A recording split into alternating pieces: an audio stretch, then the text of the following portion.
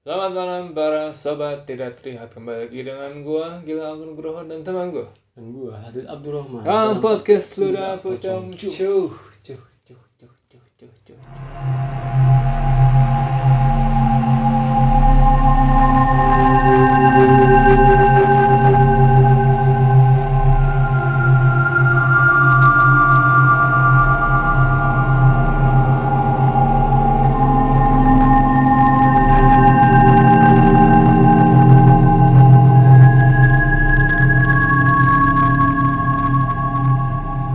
Nah, ini untuk pertama kalinya nih.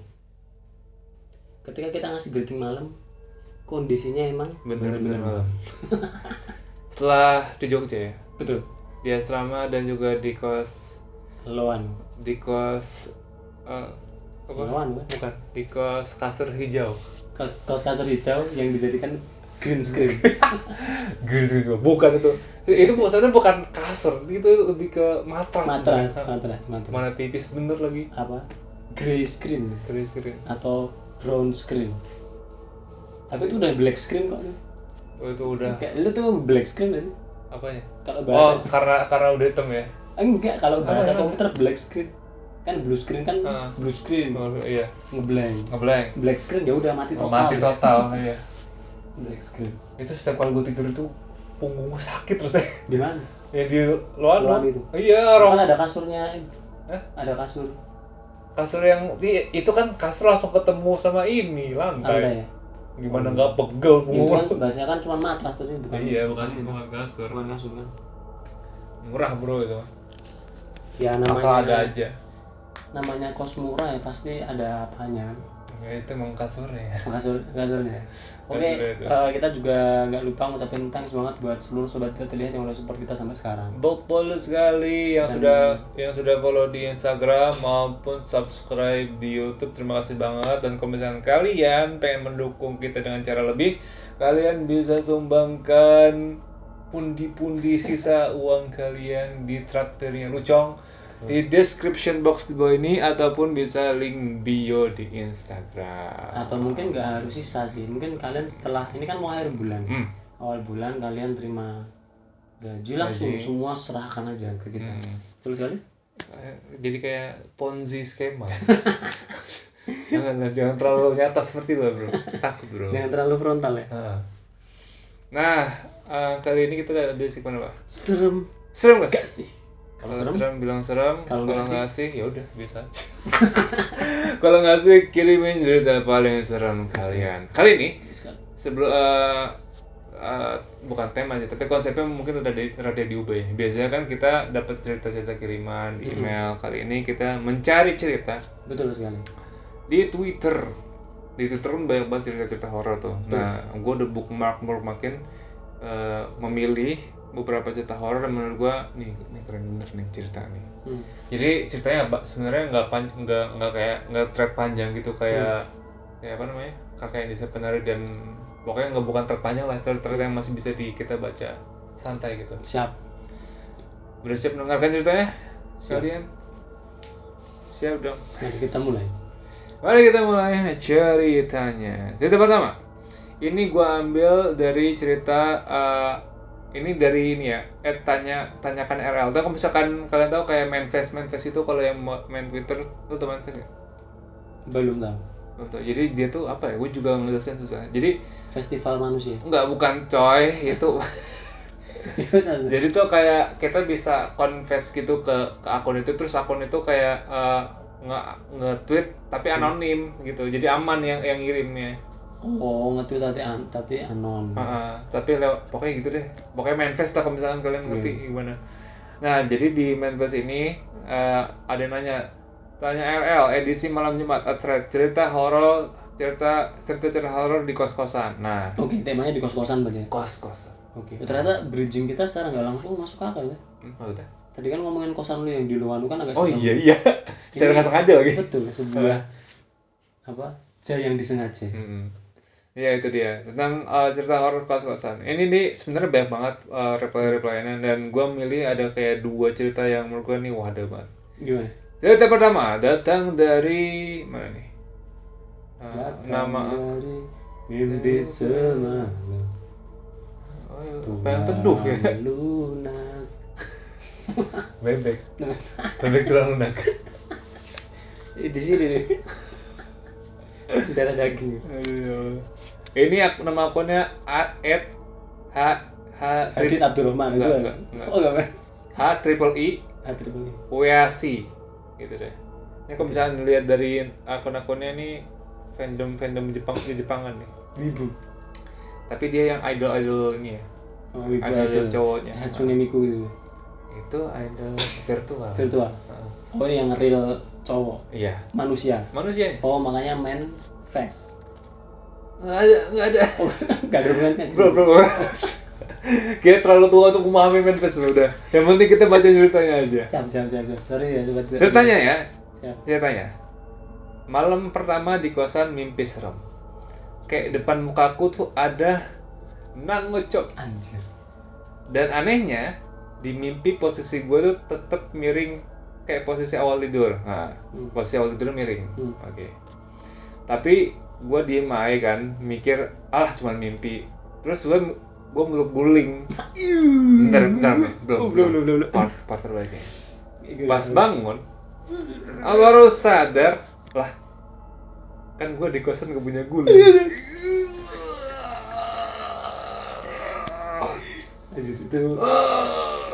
Itu short tapi sangat damage.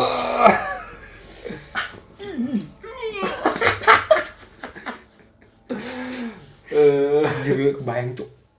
Parah. Aduh gak kuat aku. Dapat ini kayak gini-gini semua di sini. Tentang kos-kosan. Iya maksudnya. Nggak langsung frontal sekali nih bro. Ada yang ngejelasin gitu. Oke siap. Ada yang bener-bener langsung ke intinya. Siap. Ikut aja deh. Lanjut ya. Siap. Itu tadi udah kelar tuh. Udah gitu doang. Anjir.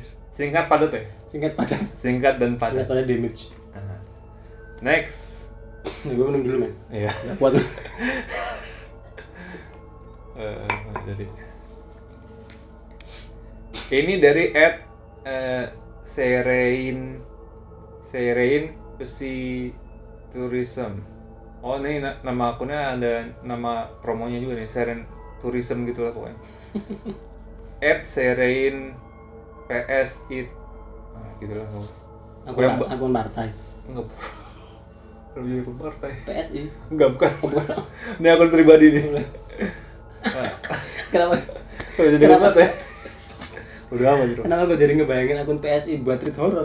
Makanya tweet horror di politik Indonesia. Parah. Nah, dia cerita pernah 2 kali kejadian. Di kosan pertama tuh waktu malam, gua tuh kan emang nggak bisa tidur dengan lampu nyala. Ya udah tuh kalau mau tidur lampunya dibikin remang-remang. Jadi nyalain lampu belajar yang warnanya warm gitu kan. Iya. Kuning-kuning gitu. Gue punya nih anjir. Oh, gitu kan, yang nggak putih tapi dipojokin biar nggak terang. Nah iya. Jadi pokoknya intinya nyalain lampu yang warm gitu loh. Iya. Biar bisa tetap tidur juga. Malam-malam kebangun kok gerbang depan. Kaget gue banget. Malam-malam kebangun kok panas banget nih sampai keringetan, tapi karena emang hari itu lagi capek, jadi ya udahlah melek dikit mau nyalain kipas. Tahunya di pojokan pintu ada yang merangkak. Kepalanya miring. Rambutnya panjang aut-autan. Mukanya tidak jelas. Dar-der. Itu maksudnya merangkak ke arah dia. Lanjut ya? Masih ada sini. Masih ya. Oke. Mukanya abstrak kan jelas. Dan gua nggak tahu dia senyum apa emang mulutnya lebar.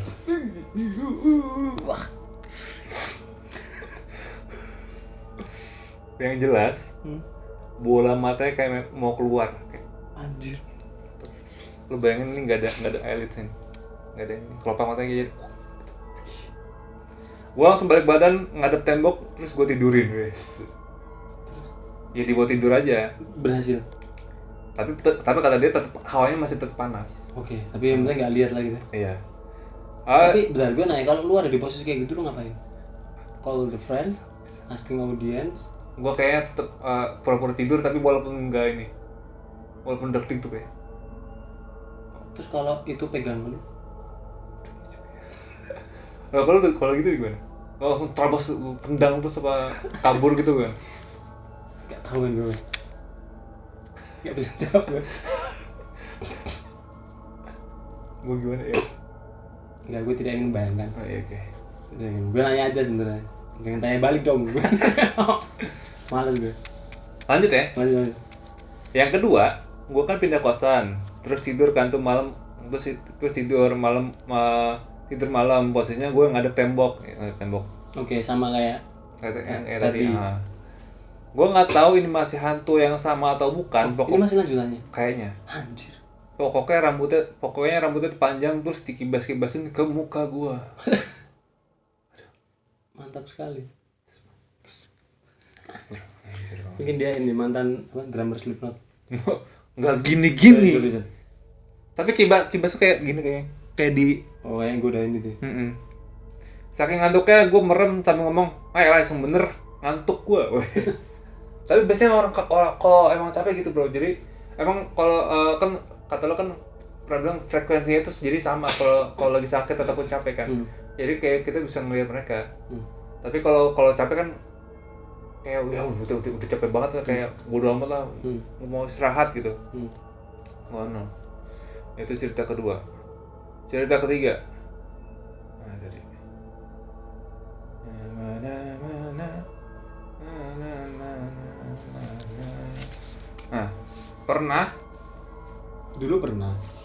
Pernah pas pulang jam 2 atau jam 3 pagi. Ini beda orang loh. Beda orang. Oh, ini dari @triple_x Ibiddirgen. Yo, nama orang susah banget, sumpah lah. Ini kenapa sih nama Twitter kayak gitu? Tapi nama yang nama depannya Dion, tapi nama @nya nih susah nih. @x Ibiddragon. Oh, Ibiddragon. DRGN Dragon.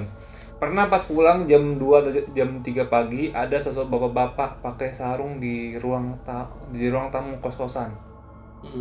Awalnya gue cuekin aja. Tapi tiba-tiba dia ngomong,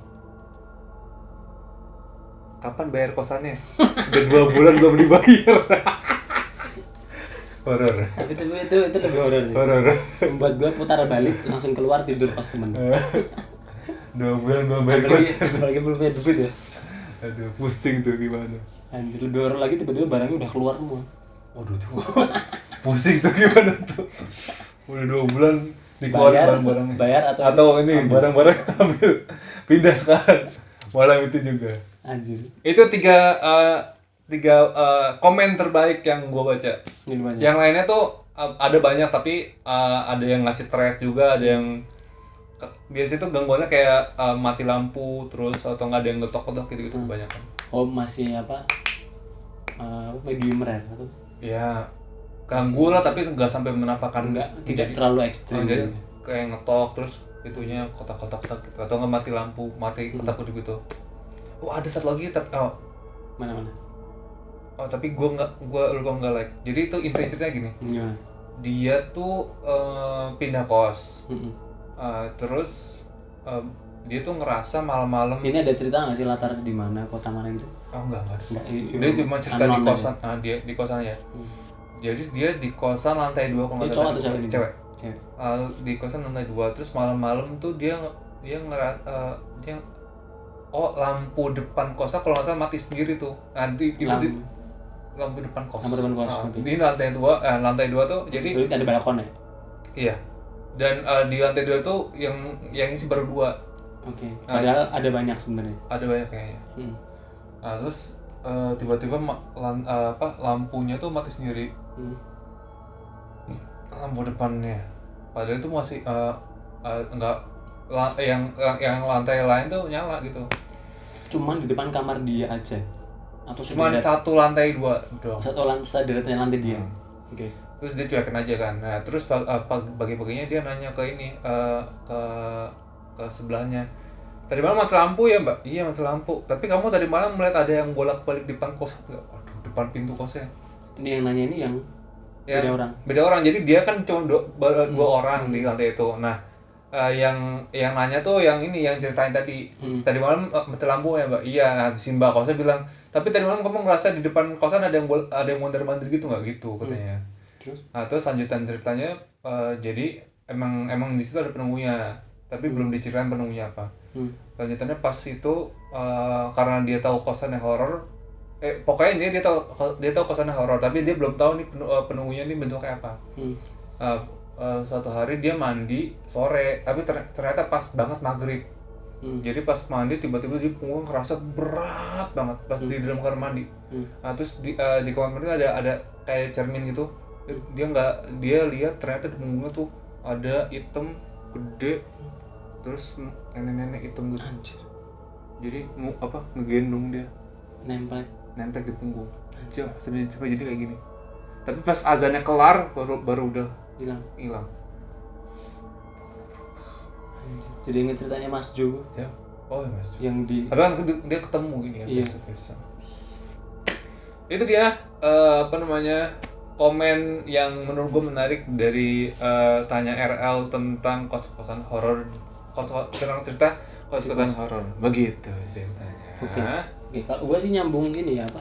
Ini kan tentang kos-kosan. Gue tadi kan sempat mau cerita yang apa tuh? Ingat gak gue tadi mau cerita apa? Gue loh. Tiba-tiba. Ya tadi tuh yang gue cerita dari iya oke. Jadi yang dari RJL itu. Oh ya. Nah ini mind blowing sih menurut gue. Apa?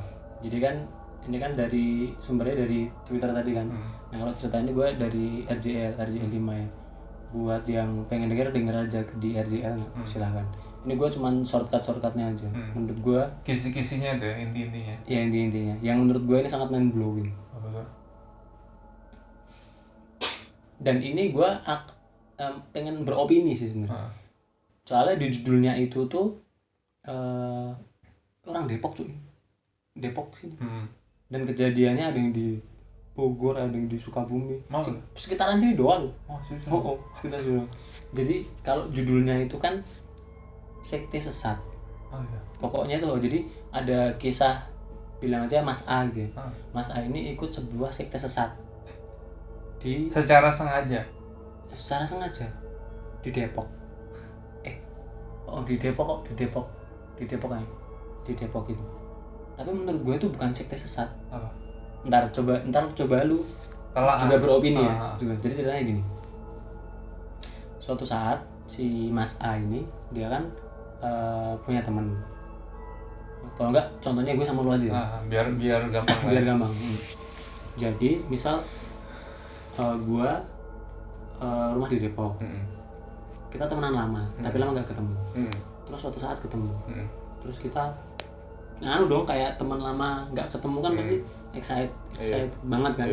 Ngobrol-ngobrol, lu gimana sekarang gini. Nah terus singkat cerita lu cerita, Adit gue baru ada persoalan keluarga. Dicontoh doang. Lu kalau misalnya ketemu teman lama yang udah lama gak ketemu terus tiba-tiba aduh kayaknya butuh uang 5 juta deh. Kayak capek gak sih? Kan kita baru ketemu nih bro. Udah lama kita di ceritanya. Kenapa bawa masalah sih? Sepertinya kita tidak akan bertemu lagi selamanya. Jadi tuh opsi kalau udah lama misalkan nih ketemu teman yang udah lama ketemu, kalau misalkan gak minjem duit, skema Ponzi, atau enggak nawarin asuransi. 3 itu. Ya, atau ada satu lagi. Nah, ini opsi terakhir sekte. Enggak ada MLM. Oh iya, itu Ponzi. Ponzi itu MLM ya, MLM. Oh, oke. Skema Ponzi, segitiga. Oke. Ya gitu ya. Jadi buat kalian yang ketemu teman-teman lama, ya jangan masuk kriteria itu langsung aja lah. Excited boleh, tapi kalau misalkan udah ngelus tengkul kayak gelagatnya mulai ada kayak enggak bro, sorry. Ini kayaknya kita lupakan pertemuan tadi. Enggak usah deh, enggak usah anggap ini pertemuan. Enggak aja ini kita enggak jadi ketemu. Lanjut. Ya, terus gua lanjut ya. Jadi lu cerita, wah Dit kayak gua ada persoalan keluarga deh. Besok lu tidur di rumah gua dong. Waduh. Tapi emang kita ini dulu emang sering main. Oh gitu. Aku sering tidur di rumahmu, di rumah sering tidur di rumahku. Singkat cerita, karena aku gabut kan. Aku ini anak kuliahan tapi ya zaman dulu tuh kayak bebas-bebas aja gitu loh. nggak mikir gimana. Ini tahun berapa sih? Nggak. Medionya itu 2010 ke bawah, 2006 atau 2009. Wah, baru ya? Baru, enggak. Anjir, 2010 10 tahun lalu dong. Iya, tapi kan di atas tahun 2000-an kan. Iya sih, emang. Akhirnya gue ke rumahmu, aku ke rumahmu. Dirimu ini kaya, lebih kaya dari aku posisinya. Bahkan ya kayak ngebosi gitu, dirimu sering ngebosi geng-gengan kita dulu. Akhirnya aku ke rumahmu, tapi anehnya ketika aku main ke rumahmu, dirimu sama sekali nggak menceritakan apapun tentang persoalan keluarga. Oke.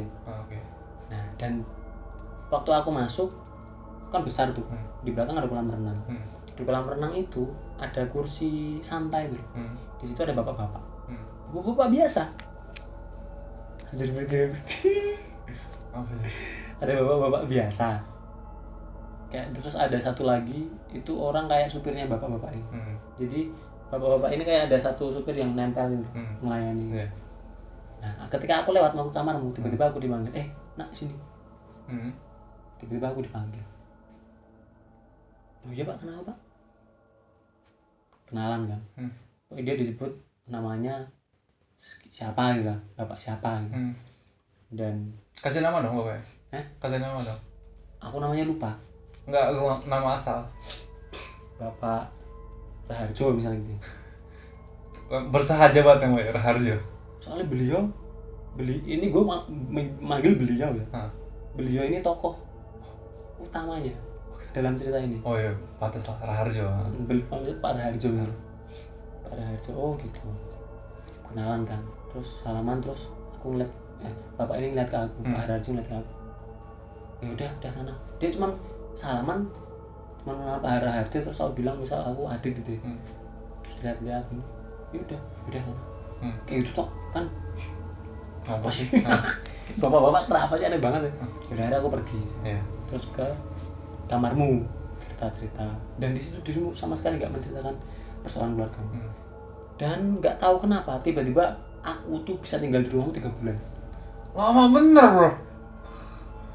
Jadi kayak udah Adit lu di sini aja lah, tinggal nemenin gua. Yuk hari-hari kayak gitu. Sampai 3 bulan. Nggak kuliah? Berarti tinggal? Enggak kuliah. Aku udah gendam apa enggak? 3 bulan bro, ngapain? 3 bulan dan kalau dicari orang tuanya gimana? Itu juga aku bingung ya. Dan awalnya kan sebenarnya dirimu cuma lobby gini. Ini udah malam, besok lu tidur sini aja. Sekarang tidur di sini aja kan. Badanku sama badanmu nggak terlalu beda jauh. Jadi bajuku ada banyak itu di lemari. Pakai aja lah. Jadi aku tuh dari rumah ke rumahmu malam itu nggak bawa apa-apa. Tapi aku tuh tinggal situ 3 bulan pakai bajumu, makan sama dirimu, apa sama dirimu. Gitu. Nah terus tiba di pertemuan malam ini, itu 3 bulan lama ya. Pokoknya malam kedua tuh dipanggil lagi sama bapak. Sini.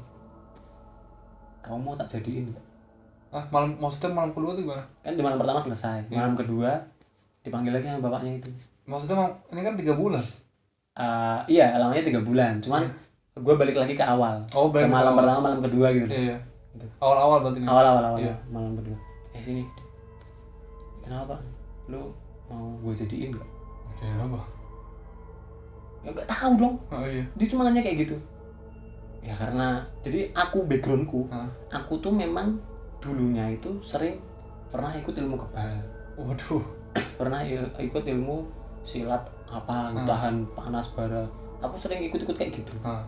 Jadi nggak tahu ini bapak ini ngerasa, ini anak ada potensi. Lu mau gue jadiin nggak gitu? Boleh. Aku iseng aja. Tiba-tiba boleh. Tanpa ada kejelasan apaan lo di situ. Apa sih? Nggak tahu, boleh.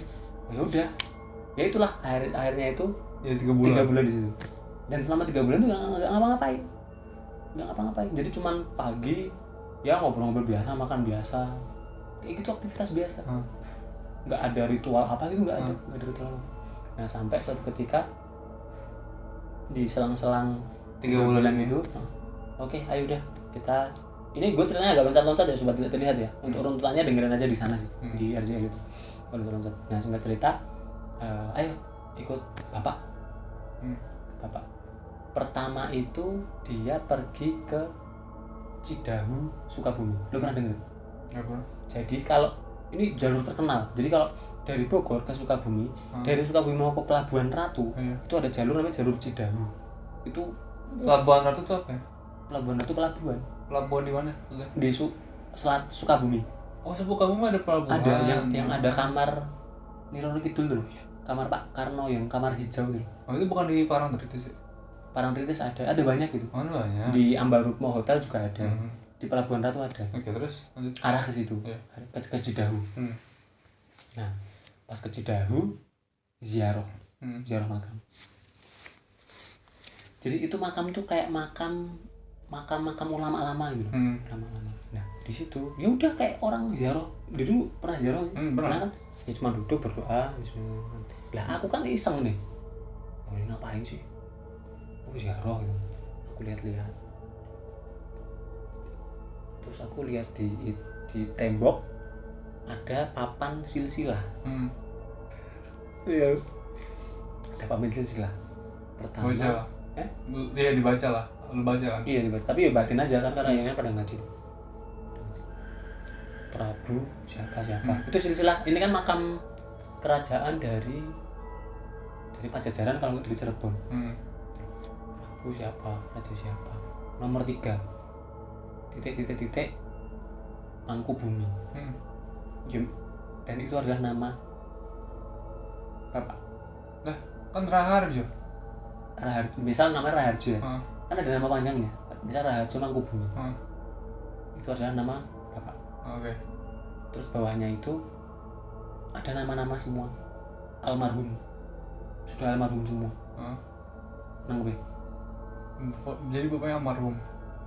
Jadi posisinya gini. Di silsilah atas 3 itu nggak ada keterangan almarhum. Oh gitu. Di situ tuh sebenarnya nggak ada keterangan almarhum. Tapi yang ada di silsilah itu rata ada di pemakaman itu. Nama-namanya, iya. Nama-namanya. Aku kan, ada nama bapak di situ. Itu kejanggalan pertama. Dia ngerasa janggal. Ya udahlah. Nah, ketika dia agak tertegun itu, bapaknya tuh tiba-tiba gini. Senyum. Aku ngaji lah.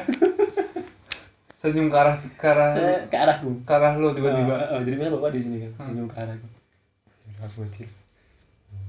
Senyum sambil nyengir kelihatan gigi apa senyum ya, kayak senyum biasa lah.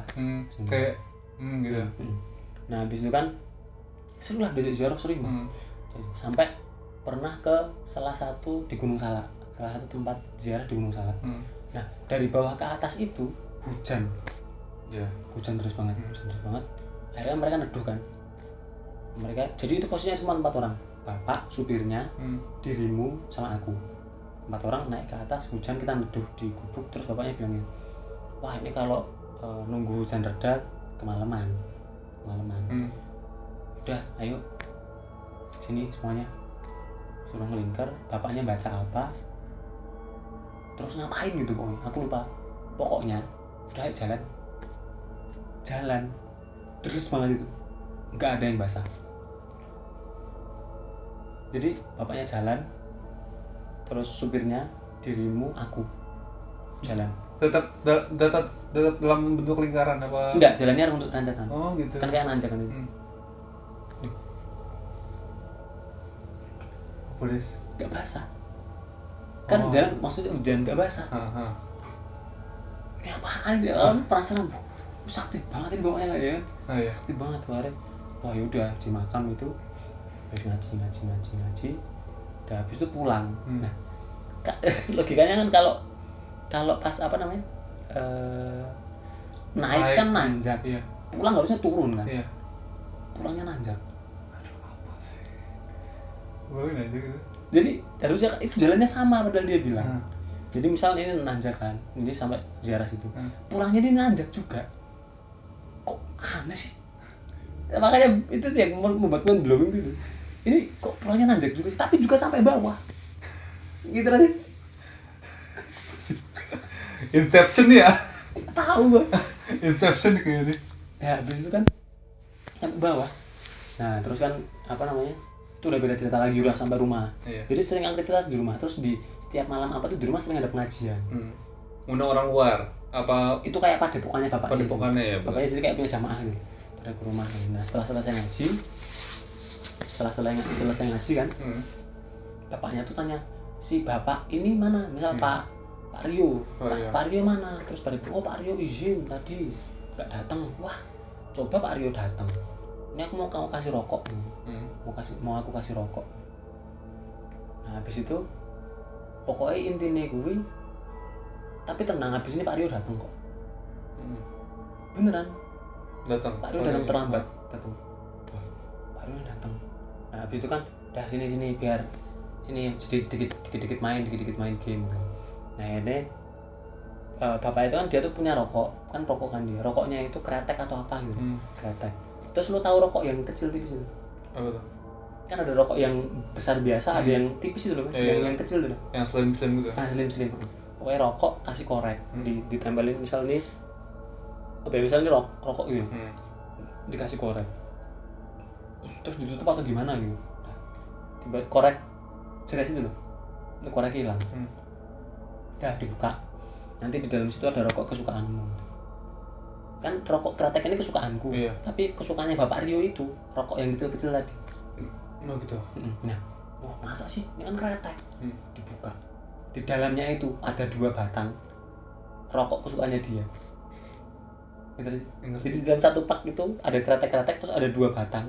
Kan dari segi kesalahan packaging gak mungkin. Gak mungkin itu. Gila ini sulap atau gimana? Nah, terus ayo main lagi. Ambil kertas. Digelar. Di kertas koran tuh. Taruh sini udah dipegang. Ditepuk, apa? Duit ini apa sih? Duit tuh, duit. Wah. duit. Wah, yaudah nih sana. Beli warung. Kayak gitu. Ini tuh pengikutnya banyak. Lumayan banyak. Oh jadi itu disaksikan orang banyak berarti ini? Orang banyak. Dan ini, nah habis ini kan dia diajak ziarah ke Cirebon. Nah di Cirebon itu kan naik tol. Bapaknya itu kan memang bapak jadul gitu. Oh kita naik tol ini. Oh naik tol tuh bayar ya. Gini. Oh yaudah aku ikut aja. Nah pas waktu itu tol itu belum ada e-tol, masih pakai duit biasa tuh. Nah pas naik tol mau berangkat di pintu tol terakhir uangnya kurang, kan panik tuh itu. Mereka kalau pergi ziarah mesti berempat, bapak supir, dirimu sama aku, berempat. Pak gimana ini Pak, uangnya kurang. Alah mana tadi kan dapat karcis kan ini kalau tol, karcis, udah mana karcisnya? Ya nih kasihin ke kasirnya, ke yang jaga tol. Ini beneran Pak, kertas bentuknya, kertas. Udah kasihin aja, dikasih sambil deg-degan. Aku yang nyopir supirnya aja. Tapi kan yang bayarin itu kalau nggak aku dirimu gitu. Sambil deg-degan. Diterima, disusui bro. Kembaliannya berapa? Nggak tahu, pokoknya dia ceritanya ada kembaliannya. Bapak ini cuma diem aja, udah jalan lagi saya. Nah terus pas ke Cirebon itu, ini yang membuat aku itu agak sangat gumun. Aku semakin penasaran, ini bukan orang sembarangan. Jadi di Cirebon di daerah keraton itu ada satu sumur atau sendang, itu yang boleh masuk cuman keluarga kerajaan. Tapi waktu itu ketika bapak sama supirnya masuk, langsung dipersilakan masuk, dan aku sama dirimu langsung bisa ikut masuk. Padahal aku sama dirimu nggak ada keluarga kerajaan. Udah sini masuk, bapaknya nyuruh kita, udah kalian mandi situ di sumur. Disuruh mandi semua. Aku mandi, dirimu mandi, udah bersih semua. Bapaknya juga mandi. Udah ayo kita masuk ziarah ke makam keluarga Sunan Gunung Jati. Oke. Nah haji kan, makam Sunan Gunung Jati, keluarganya. Oh berarti di sana ramean nih, nggak cuma 4 orang? 4 orang. Cuma 4 orang. Itu keluarga itu apa tadi? Keluarga. Makan keluarga ya. Keluarga. Nah habis itu kan aku, ya namanya aku tuh sebenarnya tuh ya bisa dibilang Islam tapi sering penasaran juga karena masih muda. Aku lihat tak baca nisan sampai aku lihat satu nisan,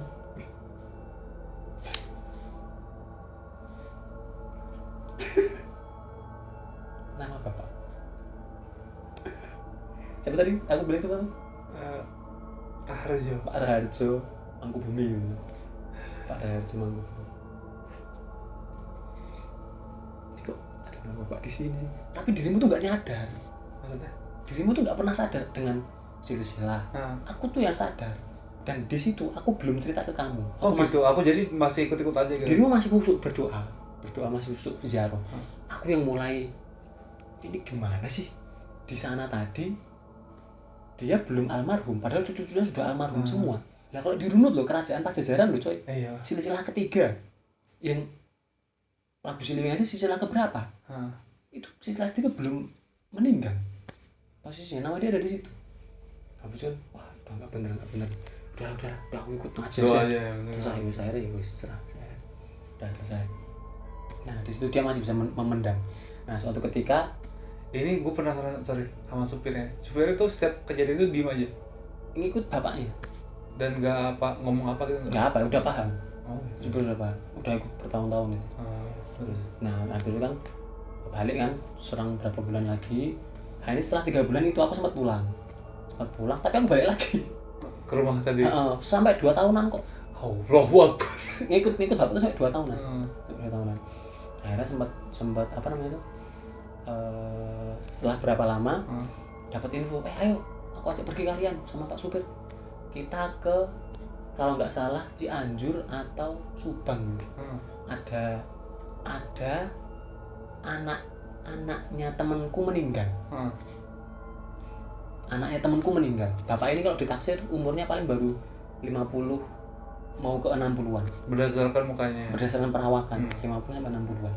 Anaknya temanku meninggal. Itu kata kunci ya. Anaknya temanku meninggal anjir. Anaknya temanku meninggal. Akhirnya sampai sana.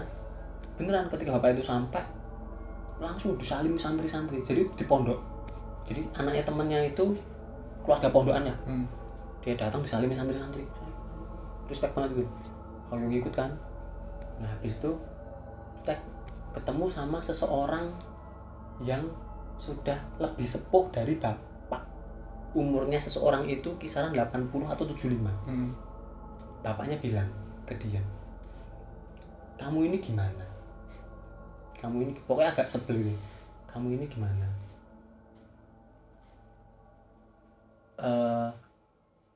Pokoknya anaknya, pokoknya dia meninggal kok nggak ngabari aku. Gitu.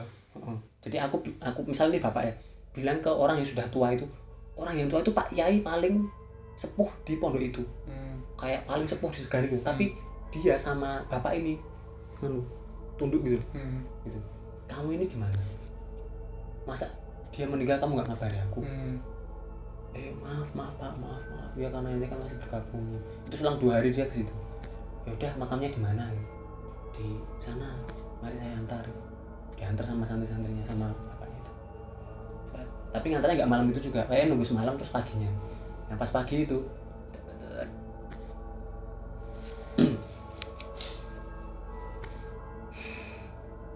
nisan namanya Pak siapa gitu meninggal tanggal berapa kan. Kalau di desa itu dulu masih ada nisan tuh usianya ya kan? Usia 85 tahun. Dan ternyata yang meninggal itu bapaknya kiai yang umur 75 tahun. Bapaknya? Temennya anakku meninggal. Anaknya temanku sorry. Anaknya temanku meninggal. Oke. Anaknya temanku berarti yang meninggal anaknya temanku. Iya. Umurnya 85-an tahun sekian. Yang sepuh 75 tahun itu anaknya ini. Pusing gue. Lu bingung? Ya gampangnya gini aja lah. Gini aja gampang sebetulnya. Jadi kan misal ini ada makam. Umur 85 tahun. Iya. Dia punya anak 75 tahun, ya kan? Aku bilang ini tuh anaknya temanku. Berarti dia punya bapak kan? Temanku tuh bapaknya ini berarti. Temanku. Bapaknya yang sudah meninggal ini. Iya, oke. Berarti logikanya kalau ini meninggal mungkin 150-an tahun atau 120 tahun yang lalu. Nangkep? Iya. Cak bisa nangkep nggak? Iya. Ya itu. Berarti pertanyaannya, ya ini maksudnya gimana? Gitu kan? Ini mau bolak-balikin logika anjir. Enggak, maksudnya itu sebenarnya nggak dibolak-balik logika, cuma memang agak bingungin kalau nggak ngikutin ya. Iya. Tapi posisinya yang jelas orang ini umurnya berapa? Lah wong seangkatannya dia aja Belum meninggal. iya, anaknya temennya aja 85 tahun sudah meninggal. Dia ketemu sama anaknya temennya umur 75 tahun. Sedangkan dia terlihat umur 55 tahun. Bro. Nangkep ya? Nanti. Akhirnya di situ aku udah gak tahan. Pulang ke pondok maksudnya. Aku cerita sama dirimu. Kamu ngerasa nggak ada yang ngerasa aneh gitu ya? Oh, kamu nggak ngerasa aneh? Iya, Apa sih? Ayo, ajak ke makam gitu. Tak ajak dirimu ke makam. Coba lihat. Apaan? Lihat umurnya aku. 85 tahun. Ya kenapa? Kamu nggak aneh? Dia kan bilang ini temennya anaknya. Lihat terus temennya ini umur berapa? 100-an lebih harusnya. Terus bapak ini tuh umurnya berapa? Coba ini kalau baru nyadar. Dia baru nyadar bener juga ya anjir. Setelah itu aku udah mulai aneh dan pokoknya tuh selang 2 tahun itu ada kayak apa ya, kayak prosesi wisuda gitu. Terus kalian ikut aku udah cukup. Kan ada 3 orang kan, aku dirimu sama 1 lagi. Udah. Yang 1 lagi ini baru apa? Kenapa? Emang dari awal udah ngikutin? Udah dari awal ngikutin tapi jarang diceritain. Oh gitu. Pokoknya bilang, Dit, kamu nanti jadi ahli dzikir. Si Gilang itu nanti jadi apa namanya, orang kayak aku tapi dia lebih sakti. Waduh. Kayak gitu. Terus si orang ini ntar jadi dukun santet. Dia bilang kayak gitu. Terus ya wes. Oh iya, terus aku baru ingat waktu di apa namanya, di makam yang pertama yang ketika silsilah itu, dia sendiri udah mau bertanya, aku mau bertanya, Pak itu kok ada namamu, tapi tiba-tiba aku tuh ngebaca tulisan di sampingnya, daripada berpikir lebih baik berzikir. Oh gitu. Terus kayak gitu akhirnya aku gak ceritanya, daripada berpikir berzikir, ya udah aku berzikir. Nah terus aku baru ingat, Bapak itu ngasih aku amalannya itu innallaha nazalna dzikra wa innahu lahafidun atau apa gitu. Jadi dikasih amalan, ini kamu baca terus gitu. Dia bilang setelah waktu mau sudah itu, kamu jadi ahli dzikir, Gilang jadi orang sakti, lebih sakti dari aku, ini jadi dukun santet. Udah habis tuh aku balik, udah gak pernah ketemu lagi kita. Gak pernah ketemu lama, 2 tahun, 3 tahun, 6 tahunan atau 5 tahun. Udah setelah itu kan aku kan apa sih, ya aku ngerasa gak dapet apa-apa. Dan tapi lu masih ngamalin amalannya? Amalannya masih, sampai dia cerita itu masih diamalkan. Nazalul dzikra berita. Nah sampai suatu cerita, dan ini cerita ini hubungan tuh bapakku. Oh, bapakmu? Oh bisa. Jadi si aku ini diceritakan itu, kan udah lama. Ini bapakmu? Bapakku. Ini bukan aku diceritakan, kamu. Aku bapakku kandung. Anda ini apa sih? Jadi cek bentar.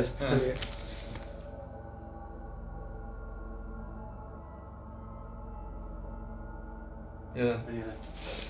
Oke. Lanjut ya. Nah, ketika apa namanya, aku lama nggak ketemu kan. Aku kan ya udah nyelesain kuliah, mau kerja. Aku pusing. Wah, pusing nih. Pusing, nggak ada kerjaan nih. Tiba-tiba ada temanku yang lain. Nah, aku ini di antara teman-teman dikenal juga sebagai orang yang sering lelah aku. Jadi pada nganggap ilmuku tuh tinggi. Setelah ikut bapak tadi loh. Wah, Adit nih ilmunya tinggi nih. Kesana aja minta bantuan. Ada misal Probo, Alip. Tiba-tiba Alip tuh datang ke rumahku. Adit bantuin dong, aku mau usaha nih. Mau usaha, bantuin biar aku tuh sukses. Lah ngapain? Ya usaha saya aku dukun. Wah, kan kamu di antara teman-teman gosipnya kamu moncer loh, kamu sakti gitu. Lah apaan sih? Udah gimana gitu. Udah besok temennya aku ke rumah Mimi. Jadi di Jakarta itu ada nenek-nenek namanya Mimi. Mimi ini bisa dibilang orang ya kayak apa ya, orang yang punya kelebihan gitu, banyak orang yang konsul ke situ, bahkan kayak pejabat gitu sering soal ke situ minta, ya bisa dibilang minta saran gitu. Nah ke situ waktu itu aku kan udah nganterin ke Jakarta nih, dari Depok nganter ke Jakarta, si Alip itu sampai ke depan rumahnya Mimi itu aku nggak mau masuk, udah aku di sini aja, aku malas. Dia masuk. Nah setelah selesai keluar, aku mau pamit. Waktu aku mau pamit, mau salaman, tiba-tiba gini, selama praktek, jadi kan misalnya aku datang nih, tak ulang dari awal tadi, aku datang, dia masuk kan antri itu, Mimi tuh sama sekali nggak bilang apa-apa. Jadi misal ada yang curhat gitu kan, Mi saya gini-gini aja bang, yang ngasih nerjemahin asistennya, ada asistennya cewek namanya, diterjemahin, oh kamu harus gini. Nah, tapi ketika mau pamit, aku masukkan mau salaman, tiba-tiba Mimi teriak-teriak, ya menyebut nama seorang wanita, tapi aku nama wanitanya lupa, sebenarnya Endang gitu. Endang gitu. Kenapa dia teriaknya aku kan? Maaf. Masih Endang. Jadi kayak agak kejang gitu. Sambil Endang. Terus asistennya gimana? Asistennya ya udah, ditenangkan. Akhirnya aku pamit, makasih. Aku pergi sama si Ali. Udah pulang. Oh, kenapa sih emang kamu tadi ngapain? Dikirain aku kayak ngapain? Enggak tahu, Cok. Aku sekarang tiba-tiba Endang. Udah akhirnya pergi. Nah, kaitannya orang bapakku. Mimi, bapakku tuh kenal sama Mimi itu. Oh, itu nama asli. Nama asli.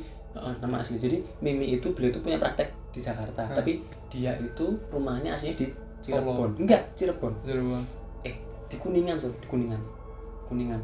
Jadi bapakku kan sempat ke Kuningan sekitaran 2 tahun. 2 tahun. Nah, jadi bapakku tuh sering ke rumah Mimi itu. Ngapain? Konsul juga? Enggak konsul, jadi bapakku kan suka tanaman. Mimi itu dia itu spesialisasinya emang pengobatan tradisional, terus juga konsultasi kayak gitu. Nah di situ tuh tentang pengobatan. Bapakku kan suka pijet gitu. Ke situ tanya-tanya ramuan. Kaitannya ke bapakku cuma itu sih. Ada doang. Miminya itu bukannya bapakku ikut buat nanya ramuan atau gitu. Ya gitu akhirnya pulang. Nah selang 2 tahun. Selangnya tuh emang lama-lama ya? Selangnya di sana lama-lama. Selang 2 tahun itu tiba-tiba di suatu malam minggu, aku kan mager nggak mau kemana-mana, tiba-tiba ada temen, misal Aguen aku datang ke rumah bawa temen cewek, Edit ayo ikutan jalan bareng gue gitu. Nggak mau, aku males, pengen di rumah aja. Udah ayolah temenin lah, gue bawa cewek nih gitu. Bawa cewek gitu. Ya udahlah yuk. Nah waktu aku mau keluar ada cewek nih kenalan, Endang. Aku langsung keinget 2 tahun yang lalu. Endang ini siapa ya? Apakah cewek itu apakah Mimi itu neriakin aku karena cewek ini? Aku penasaran kan. Ya udah akhirnya ikut aku jadi semangat. Semangat. Pengen tahu apa balik ke rasanya. Kenapa? Nah akhirnya jalan bareng. Nah ternyata cocok. Ternyata Endang tuh jadi istriku. Oh iya. Sampai itu realnya. Realnya Endang tuh jadi istriku gitu. Jadi istriku. Nah setelah itu aku baru nyadar, oh mungkin maksudnya Mimi itu adalah ya tadi Endang itu dia kayak ngelihat masa depanku tuh istriku si Endang. Gitu setelah 2 tahun. Maksudnya kayak gitu. Nah setelah itu kan menikah kan, usaha. Nah pas usaha ini bangkrut, gagal gitu. Nah, sampai suatu ketika aku nggak sengaja ketemu dirimu. Waktu aku namanya jualan buka kios sama si Endang. Itu kamu lewat pakai mobil mewah. Duit, wah, lama banget gak ketemu kan? Pelukan gitu, gimana? Ngapain sekarang? Wah inilah mobilku. Dirimu langsung gitu lah. Udah ikut aku aja, ikut aku. Kemana? Udah gampang, ntar aku modalin. Dirimu usaha kan? Dirimu gitu, yuk ke rumah. Nah ternyata emang beneran dirimu ini sangat sakti. Bahkan dirimu punya jamaah banyak. Dan bahkan dirimu tuh sering bagi-bagi duit. Jadi misal di depan jamaah nih, jamaahmu, aku kan lungguh nih gini, jamaahmu seret salaman,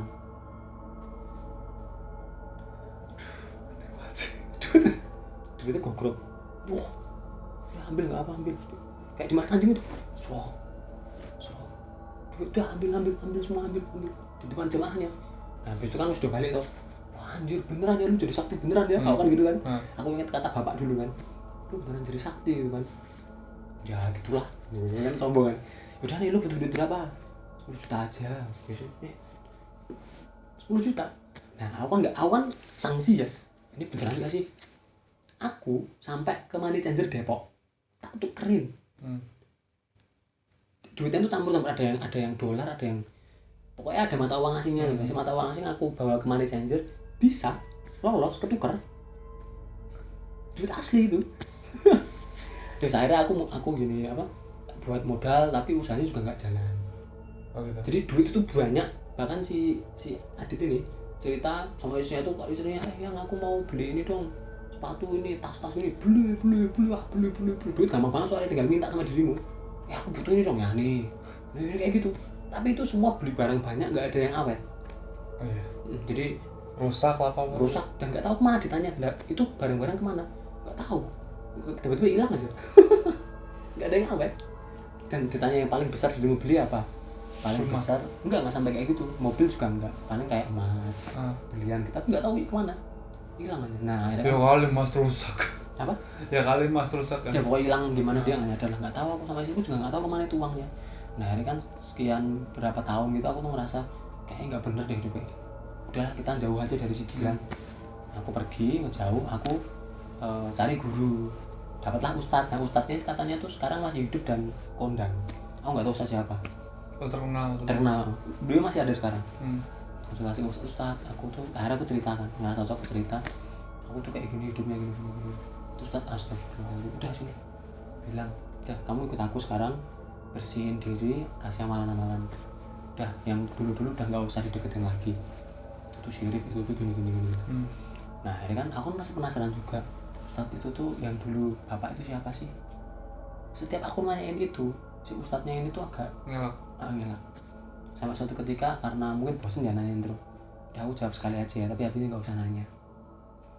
Dulu bapak yang ngajari kamu itu adalah Raja Jin. Raja Jin. Oh, ya aku masa terjawab tapi masih penasaran. Lah itu gimana gini. Udah sepakat nih nggak usah jawab. Soalnya ustadznya itu kalau ngomongin tuh kayak dia tuh nggak nyaman, nggak tahu kenapa. Dan infonya 2 tahun sebelum dia tobat itu bapak itu meninggal. Sorry bukan meninggal, nggak tahu kemana. Oh gitu. Nggak tahu kemana. Jadi kan aku tanya ke dirimu kan, waktu ketemu dulu, waktu dirimu bagi-bagi duit. Ya bapak kemana? Nggak tahu. Jadi kayak nggak inget aja gitu. Ingat tapi nggak tahu kemana. Oh gitu. Nggak tahu kemana. Sama supirnya juga. Supirnya nggak diceritain sih, cuma bapaknya. Bapak gimana kabarnya? Wah nggak tahu, akhir-akhir ini aku udah nggak pernah lihat dia. Akhirnya aku tobat, udah selesai kayak gini. Nah kalau menurutku sih ya itu mungkin dari tanggapanmu dulu. Menurutmu ini apa? Nggak ada. Jangan kayak gitu lah. Joyo kayak gitu lah. Maksudnya dari ngeluarin uang dari out of nowhere aja udah kayak enggak nih, kayak nggak bener deh itu. Oh gitu. Walaupun ada amalan zikir-zikirnya, mendingan udah yang sesuai sama tuntutan agama dan hadis dan Quran aja lah. Gak usah aneh-aneh kayak. Oke. Tapi gini, pendapat tuh gini man. Kalau di situ kan ceritain itu kan aliran sesat. Tapi kalau pribadi aku kurang setuju. Kalau menurutku si bapak itu nggak sesat. Menurutku ya, si bapak itu nggak sesat. Menurutku malah beliau itu kayak wali Mas Duk. Karena posisinya kayak gini. Bapak itu nggak pernah ngasih, bahkan selama ikut bapak itu nggak pernah ada kayak menyan lah, apapun itu nggak pernah ada. Dan bapak itu mengeluarkan uang. Aku ada yang aku ralat ya. Yang posisi bagi-bagi uang tuh bukan bapaknya tapi dirimu. Oh gitu. Yang posisi bagi-bagi uang tadi itu bukan bapaknya tapi dirimu. Jadi selama dicerita itu bapaknya itu ngeluarin uang cuman waktu bayar tol. Jadi posisinya terjepit kan, terjepit, dan itu kan cuma berapa, 50 atau 100 ribu paling, kayak gitu toh. Jadi aku ralat, sorry banget, yang ngeluarin uang bagi-bagi itu dirimu. Dan si bapak itu cuma menyesuaikan kecenderungan seseorang. Gitu. Karena aku ini kebetulan emang seneng dzikir, kamu jadi ahli dzikir. Gilang gitu. menyesuaikan kecenderungannya. Dirimu kesini karena niatnya kayak gitu, kamu jadi kayak gitu. Ini niatnya kayak gitu, jadi dukun santet. Posisi kayak gitu. Dan bapak itu menghilang, nggak tahu entah kemana. Itu mungkin bahasanya mungkin apa? Moksa. Kayak nggak tahu hilang kemana. Tapi kayak Nabi Khidir gitu kan, kayak udah gitu hilang lah ya. Mungkin. Tapi kalau menurutku itu bukan aliran bapaknya loh ya. Bapaknya bukan aliran, kalau menurutku pribadi ya, opiniku itu bukan aliran Islam. Beliau malah cenderung kayak wali. Soalnya memang dari amal-amalannya kayak gitu. Tapi aku juga masih bingung kenapa sih Ustadz itu bilang itu raja jin. Mungkin biar cepet aja. Mungkin sih, biar nggak. Soalnya kalau misalkan dijelaskan secara runtut dan lebar lagi, ribet lagi otaknya kayak sampai gitu kan. Mungkin sih. Tapi menurutku itu blowing. Iya sih. Ya gimana? Dan aku sih banyak pertanyaan. Bapak itu bisa ke rumahmu. Itu dari mana? Bapak itu kan tinggal di rumahmu bertahun-tahun. Ya kan? Lu nggak tahu tuh siapa, dari mana. Dan posisi 2 tahun itu nggak pernah diceritakan orang tuamu. Diceritakan di rumah dirimu itu cuman dirimu, bapak sama supir. Aneh nggak? Banyak keanehan dari dirimu aja tuh aneh coy.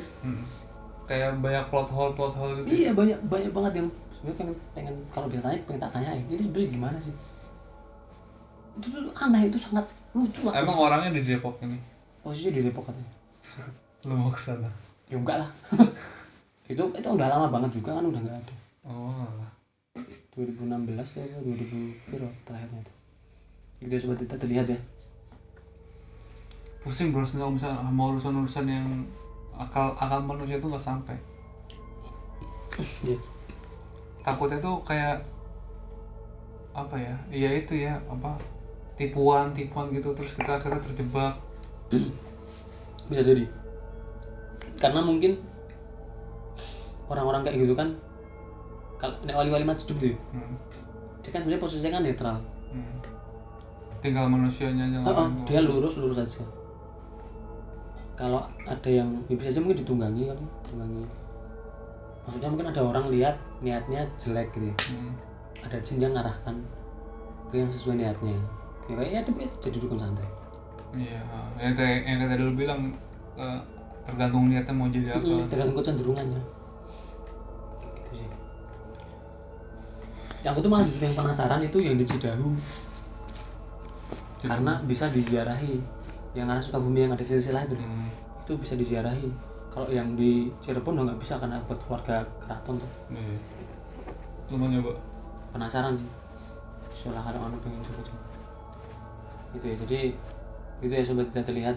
Ya ini sedikit. Kalau di RJ5 apa namanya nama videonya? Itu di podcastnya tuh. Nggak ada di video. Dengerin aja coba. Aliran sesat gitu. Iya sebenarnya nggak bisa diklaim sebagai aliran sesat ya, kalau misalkan sudut pandangnya yang kayak lu tadi gitu. Ya mungkin ini kan ngambil sudut pandang dari ustadznya yang terakhir bilang itu raja jin. Nah, mungkin dari situ dia bilang aliran sesat. Mungkin sih di kayak gituin. Soalnya si aku ini yang menceritakan itu juga nggak paham ini apa sih gitu.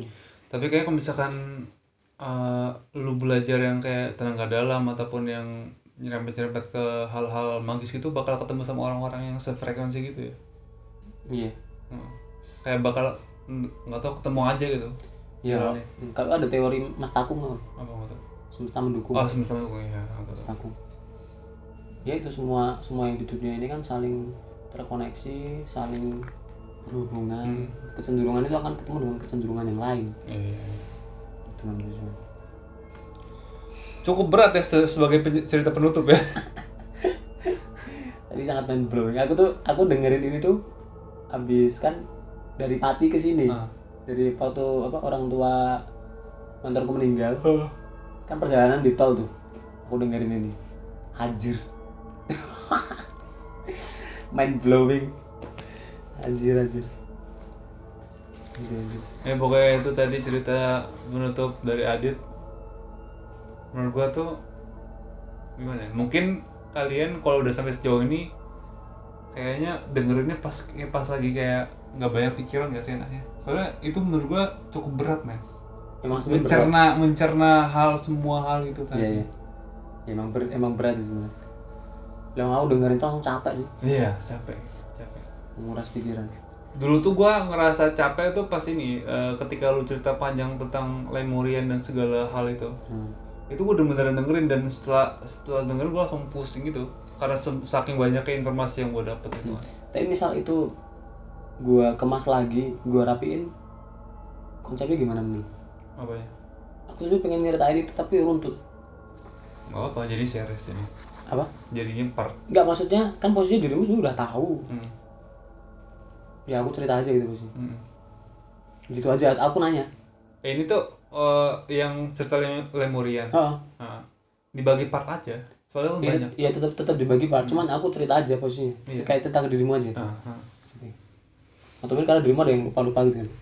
Iya bisa jadi. Soalnya udah lama juga. Itu dia. Sebagai terlihat kosan horor serempet ke sekte itu. Kita nggak bisa ngeklaim itu sebagai sesat atau kenapa ya. Soalnya kita juga nggak tahu apa yang dibalik tabir itu kan. Betul. Lebih bajaknya pokoknya sekte lah. Iya. Toriko. Oh, Toriko bener. Itu Toriko menurutku sih. Toriko. Kan Toriko aneh-aneh kan kadang. Toriko. Oh, itu gue jadi ingat. Jadi nggak deket banget rumah gue, tapi kata bokap gue tuh jadi ada Toriko yang katanya sebenarnya nggak terlalu dekat, pokoknya gitu aja. Jadi ada Toriko yang mana tuh kalau misalkan ikut Toriko itu kalian mesti siap meninggalkan dunia gitu loh. Jadi pokoknya ngelepas semua harta benda, pokoknya dari yang gue cerna ya, dari apa yang bapak gue katakan, pokoknya ketika ikut Toriko itu siap-siap meninggalkan dunia dan tiba-tiba menghilang kemana gitu loh. Iya, ya aku kemarin dikasih tahu sama mentorku juga sih. Jadi Toriko itu sebagian besar ada dua. Ada satu yang dirimu itu akan sangat miskin, dan seterusnya. Kedua tuh kamu akan sangat kaya. Jadi secara garis besar ada dua, tapi istilahnya aku lupa. Kamu akan sangat miskin, akan sangat kaya. Dua-duanya tujuannya sama. Allah. Tetap ini dua-duanya baik. Yang kamu mau ambil jalan yang mana, dan itu gak ada yang benar, gak ada yang salah. Bukan terus yang miskin itu kok terlihat lebih buruk daripada yang kaya. Enggak seperti itu. Tapi posisinya sama, tergantung preferensi atau kecenderungan seseorang tadi. Gitu. Aku lupa namanya. Kayak gitu, Toriko kayak gitu. Toriko bro. Oh mungkin iya sih. Mungkin ada kali ya satu bahasan khusus tentang Toriko. Boleh kita. Tapi iya sih. Sebenarnya Toriko tuh bahasanya rada tricky, soalnya tuh lu mesti memantapkan iman untuk bisa ikut Toriko itu loh. Ya emang kalau masih dasar-dasar ya mending. Iya takutnya soalnya ada beberapa amalan yang menurut orang awam tuh kayak emang segitunya zikir atau emang segitunya melakukan itu amalan gitu kan. Ya emang jalur ini ya. Jalur khusus. Iya itu jalur khusus. Itu dia kosan horor serempet Toriko, bukan epilog Toriko. Sebuah pengantar lah gitu. Nggak tahu kalau misalkan kedepannya jadi dibahas apa enggak ya. Lihat aja deh kedepannya gimana. Makasih banget buat para sobat tidak terlihat yang udah mendengarkan sampai sini. Dukungan kalian sangat berarti. Kalian bisa bantu subscribe kita ataupun follow akun Instagram kita Pocong Ludah. Ataupun kalau misalkan kalian ingin membantu secara finansial, kalian bisa masuk ke traktir kita di description box di bawah ataupun di link bio Instagram kita. Tuh. Kalau gitu, gue Gilang Agung Nugroho dan temen gue. Dan gue Hadil Abdurrahman. Kita berdua pamit undur diri. Salam lucong.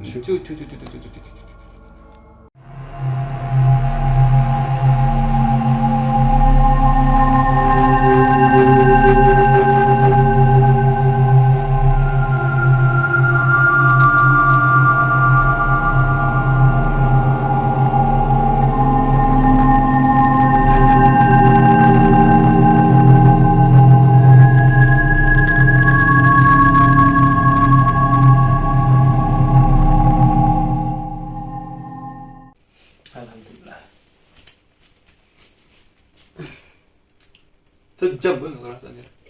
Yang lama yang Toriko tadi.